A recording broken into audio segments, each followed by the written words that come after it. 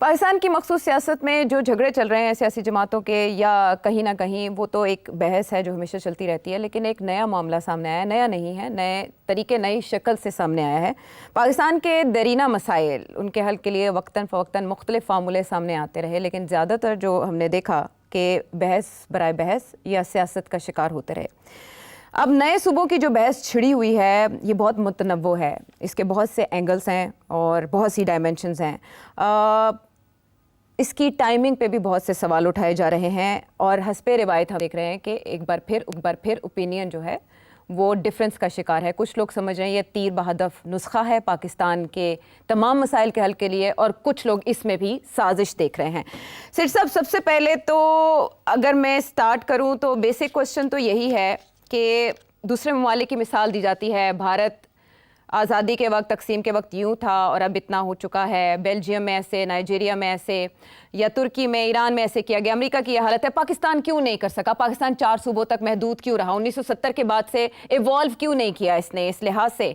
और दूसरा ये कि टाइमिंग, यानी इस वक्त ये बहस क्यों छेड़ी गई? बहुत अहम सवाल है ये। जी सही कह रही हैं, बहुत अहम सवाल है, मगर ये पहली दफा नहीं है कि ये सवाल खड़ा किया गया है। मुझे याद है कि इस मौजू के ऊपर मैंने पहली दफा तबसरा किया था फ्राइडे टाइम्स अखबार के अंदर। एक मजमून लिखा था 1993 या 94 में, तो आप समझिए 30 साल पहले। तो उस वक्त भी ये रेलेवेंट था ये इशू। तो और उसके बाद वक्तन वक्तन ये इशू खड़ा होता रहा है और अब फिर एक शदीद तरीके से फिर खड़ा हो गया है। तो सवाल पहला तो यही बनता है ना आयशा, कि क्या बात है कि ये सवाल जो है खड़ा होता है, फिर रह जाता है, फिर खड़ा होता है, फिर रह जाता है। खड़ा क्यों होता है और कौन इसको खड़ा करता है, और क्या इसमें कोई सदाकत भी है कि नहीं, कोई जान है इसमें, पानी है इसमें कि नहीं। तो मेरा जो मौकफ है वो ये है कि पाकिस्तान पहले दिन से एक नेशनल सिक्योरिटी स्टेट बनी, एक वेलफेयर स्टेट नहीं बनी, एक नेशनल सिक्योरिटी स्टेट बनी। ना कहीं कहीं national security states welfare states भी होती है और कहीं कहीं welfare states national security states भी होती है। मगर जब एक स्टेट पूरी तवज्जो जो है वो नेशनल सिक्योरिटी के ऊपर रखे, तो फिर सोशल वेलफेयर जो है वो रह जाता है। स्पेशली अगर आपके पास रिसोर्सेज ना हो कि नेशनल सिक्योरिटी के लिए भी आप रिसोर्सेज अलग करें और फिर लोगों की वेलफेयर के लिए भी अलग करें आप। पाकिस्तान की जब इंडिपेंडेंस हुई तो डॉन अखबार का एक इदारिया है, बड़ा तारीखी इदारिया है।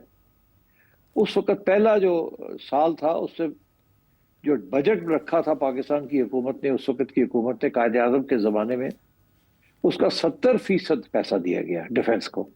और फिर आपको पता ही है कि इंडिया के साथ कश्मीर के ऊपर नई नई रियासत की लड़ाई झगड़े शुरू हो गए। तो वो दिन है और आज का दिन है। डिफेंस जो है दैट हैज बीन प्राइमरी, तो वो जो सारी डिफेंस के ऊपर रही है और पैसा जो है वो डिफेंस को चाहिए। अब वो डिफेंस क्यों प्रायोरिटी रही? वो इसलिए प्रायोरिटी रही क्योंकि इंडिया आपके साथ झगड़ता रहा, जैसे आप चाहें इसको कर लें, जिसकी वजह से वफाक जो है उसको मजबूत करना पड़ा।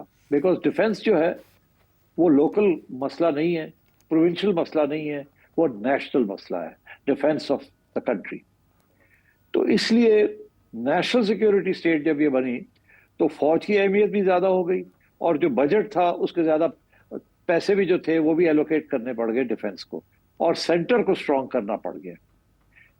इसी वजह से कि जो पहले 10 साल थे पाकिस्तान के, उस वक्त 1956 की एक जमाने की एक कॉन्स्टिट्यूशन थी, वो 1936 की कॉन्स्टिट्यूशन को अमेंड करके हमने चलाया था।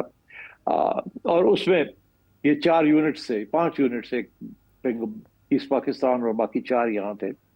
और अयूब खान साहब जब आए तो 58 में, तो उन्होंने फौरन नेशनल सिक्योरिटी के ऊपर तवज्जो दी और इसीलिए फिर 1965 में इंडिया के साथ जंग भी हुई कश्मीर के ऊपर। तो national security state centralise state होती है।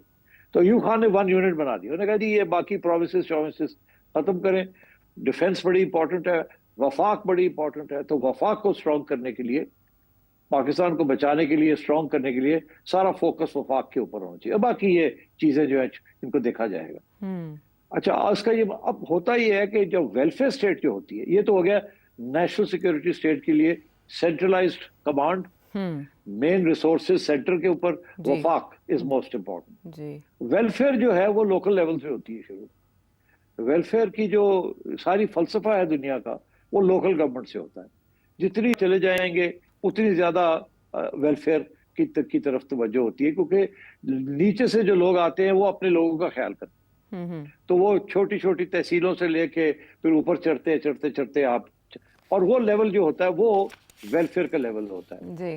अच्छा, वेलफेयर सिर्फ इससे नहीं होती, बड़ी बड़ी सड़कें बनाने से। वेलफेयर नलका नाली, पुलिस और अदालतें, ये लोकल लेवल पे सब कुछ होता है। अच्छा, इसीलिए लोग अभी भी बरतानिया की हुकूमत जो थी, कॉलोनियल पावर जो थी, उसको याद करते हैं, बिकॉज वो लोकल लेवल पे उन्होंने पावर डिवॉल्व की हुई थी जी। और वेलफेयर का बड़ा इम्पोर्टेंट थी। हाँ। तो ये जो कॉन्फ्लिक्ट है between welfare state and national security state, ये पहले दिन से पाकिस्तान के अंदर बिल्ट इन थी, बिकॉज ऑफ हमारे जो इंडिया के साथ जो तजाब था। अच्छा, उसके साथ क्या हुआ कि फिर हमने अयूब खान के जमाने में हमने वन यूनिट बना दिया। अब अयूब खान का वन यूनिट जो था, उसके अंदर सारा पैसा जो था वो दो जगह पे गया, एक डिफेंस की तरफ गया, और दूसरा ये कि जो भी इंडस्ट्रियलाइजेशन हुई वो बड़ी लॉपसाइडेड थी, अनइवन थी। छोटी प्रोविंस, छोटे गरीब इलाकों में नहीं गया वो, जहां पहले डेवलपमेंट हो रही थी वहीं होनी शुरू हो गई। ना ईस्ट पाकिस्तान पैसा गया, ना सिंध में गया, और कराची से हटा के कैपिटल शिफ्ट कर दिया इस्लामाबाद, तो सारी वो भी उधर चला गया। अच्छा। और लोकल गवर्नमेंट भी नहीं हुई, और वो जो उन्होंने बेसिक डेमोक्रेसीज बनाई थी वो खत्म हो गई, उसके वो चल नहीं सकी। तो जब भी ये डिफेंस का मसला आया है, और तो उस वक्त सेंट्रलाइज स्टेट की बात हुई है। मगर फिर आप देखिए कि जब भी फौजी हुकूमतें आती हैं सेंटर के अंदर, तो वो प्रोविंसेस को अहमियत नहीं देते, वो लोकल गवर्नमेंट को एम्फोसिस देते हैं। और सबसे ज्यादा अयूब खान ने भी बेसिक डेमोक्रेसीज बनाई, उसके बाद जियाउल हक साहब आए, लोकल गवर्नमेंट, उसके बाद मुशर्रफ आए, लोकल गवर्नमेंट, और ऊपर सेंटर और नीचे लोकल गवर्नमेंट। उन्होंने ये जो प्रोविंशियल सेटअप था इसको कमजोर किया, क्योंकि प्रोविंशियल सेटअप के साथ एक हमारा एक्सपीरियंस ये है आयशा, कि कोई डेवलपमेंट लोकल नहीं होती। अब लाहौर की डेवलपमेंट हो जाएगी, मगर बाकी पंजाब में जो छोटे छोटे जगह हैं वहां नहीं होगी, एंड सो ऑन। तो इसी तरीके के साथ, तो इसलिए ये इशू जब भी डिफेंस का आता है तो ये इशू बनता है। अब हमने देखा है कि लोकल गवर्नमेंट जो है उसके कानून भी बन चुके हैं, और अदालतों ने भी हुक्म दिया हुआ है प्रोविंसेस को कि आप लोकल गवर्नमेंट के इलेक्शन कराएं और जेन्युइनली पावर जो है उसको डिफ्यूज करें, ताकि लोकल लेवल पे वेलफेयर इंक्रीज करें जी। मगर ये होता नहीं है। ये हमारे सियासतदान प्रोविंशियल लेवल के और फेडरल लेवल के मिले हुए हैं। अब क्योंकि दिन ब दिन हालात खराब होते जा रहे हैं, क्योंकि इंडिया के साथ फिर से टेंशंस जो है बढ़ गई हैं, और वैसे ही ये रीजन बड़ी खतरनाक है, तो इसलिए focus is going back to the centre. और ये डिबेट फिर शुरू हो गई है कि सेंटर के पास तो पैसे कोई नहीं डिफेंस के लिए, सेंटर के पास तो पैसे नहीं है डेवलपमेंट के लिए, उस इंफ्रास्ट्रक्चर के लिए, जो कि सिक्योरिटी का एक डायमेंशन है। तो इसलिए अब ये बात शुरू हो गई है कि ये चार प्रोविंसेस जो हैं पैसे सारे ये ले जाते हैं, और नीचे लेवल पे वेलफेयर होती नहीं है, प्रोविंशियल लेवल पे करप्शन से साइफन ऑफ हो जाते हैं, और जो वफाक है वो भी महरूम हो जाता है, वो भी जो चीज करने की है उसके पास भी पैसे नहीं होते। तो इसलिए ये इशू फिर खड़ा हो गया अब। और मैं ये समझता हूँ कि ये जो इनहेरेंट कॉन्ट्रडिक्शन है पाकिस्तान के अंदर, जो national security state and welfare state, ये जब तक रिजॉल्व नहीं होगी उस वक्त तक ये प्रॉब्लम्स चलेंगे। और अब ये जो NFC अवार्ड का जो सारा इशू बन चुका है, इसका फॉर्मूला जो है वो चेंज करना चाहिए, और पैसे फेडरल गवर्नमेंट को ज्यादा पैसे चाहिए, और दूसरी तरफ ये है कि लोकल गवर्नमेंट अभी तक नहीं चल रही, और जो भी सियासी जमातें हैं वो नहीं चलाना चाहती।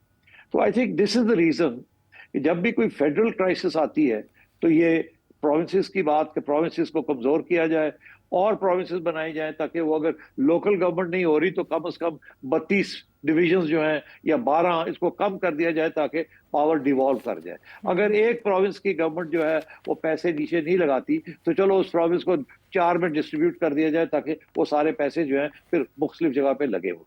तो आई थिंक इस किस्म की अब आर्ग्यूमेंट्स चल रही हैं, और मैं समझता हूँ इसके अंदर बड़ा वजन है, बिकॉज जो आगे सूरत हाल आ रही है ये सारी रीजन के अंदर, जिसके अंदर पाकिस्तान की नेशनल सिक्योरिटी पॉलिसीज जो है वो बड़ी अहम होंगी, तो इसमें जरूरत ये है कि वफाक के पास भी पैसे हों for defence and other major issues that relate to national security, communications, currency, defence, ये सारी चीजें फेडरल गवर्नमेंट की, और उधर नीचे लोकल लेवल पे लोकल गवर्नमेंट होनी चाहिए।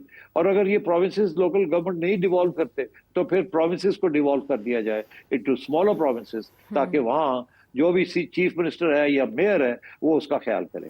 तो दैट इज वाई अमेरिका के अंदर उन्होंने ये सिस्टम बड़ा अच्छा बनाया हुआ है, कि इंडिया के अंदर भी उन्होंने बना लिया है कि तीन लेवल्स के ऊपर है वहाँ, कि एक फेडरल गवर्नमेंट है, फिर एक स्टेट गवर्नमेंट है, और फिर लोकल गवर्नमेंट है वहाँ। और इसी तरीके से इंडिया ने भी ये कर लिया, हमसे ये नहीं हुआ। हमने थर्ड लेवल टियर जो है वो कभी बनाया नहीं। जब थर्ड लेवल बनाते हैं तो सेकंड लेवल को उड़ा देते हैं, फौजी आते हैं वो सेकंड लेवल को उड़ा देते हैं, थर्ड बना देते हैं, उसके साथ और तकलीफ होती है। और जो सियासतदान है वो सेकंड लेवल रखते हैं, थर्ड लेवल को आने नहीं देते, बिकॉज वो समझते हैं कि उनका फिर पावर, पैसे जो है वो डाइल्यूट हो जाएंगे एंड सो ऑन। तो मेरा ख्याल है ये वैलिड सवाल है, और आजकल क्योंकि इतने सख्त इश्यूज बने हुए हैं तो ये इस चीज को डिबेट करना चाहिए और इसकी प्रोज एंड कॉन्स देखनी चाहिए। वैलिड सवाल है और वैलिड नीड भी है। आपके ख्याल में जो माजी आपने बताया, कॉज एंड इफेक्ट बताया, उसके बाद आज के हालात को देखते हुए आप क्या समझते हैं कि जो हमारी सियासत है, ये सियासी ज़मीन है, पॉलिटिकल विल है, वो कितना हमवार है कि इस मामले पे आगे पेशरफ्त की जाए?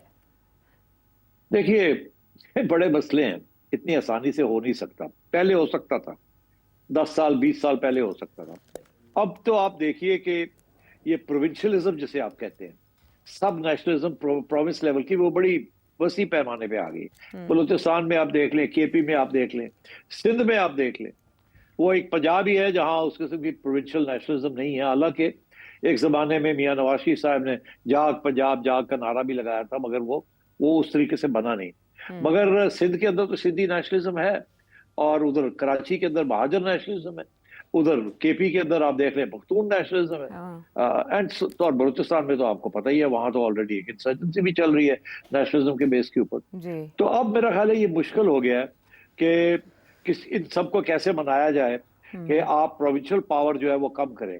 वो तो प्रोविंशियल पावर तो ज्यादा करना चाहते हैं, बहुत तो कहते हैं फेडरल गवर्नमेंट कम हो, ये कन्फेडरल गवर्नमेंट बने। फेडरल नहीं, पाकिस्तान को कन्फेडरेशन बनानी चाहिए। मतलब ये कि चारों प्रोविंसेस जो हैं वो आजाद किस्म की रियासतें बन जाएं, सारा पावर उनके पास हो, और वो आगे से जो देना चाहें वो फेडरल गवर्नमेंट को दे दें। पुराना फॉर्मूला ये था कि फेडरल गवर्नमेंट के पास सब कुछ हो, और वो जो देना चाहे वो प्रोविंसेस को दे दे, और प्रोविंसेस जो देना चाहें वो दे दे लोकल गवर्नमेंट को।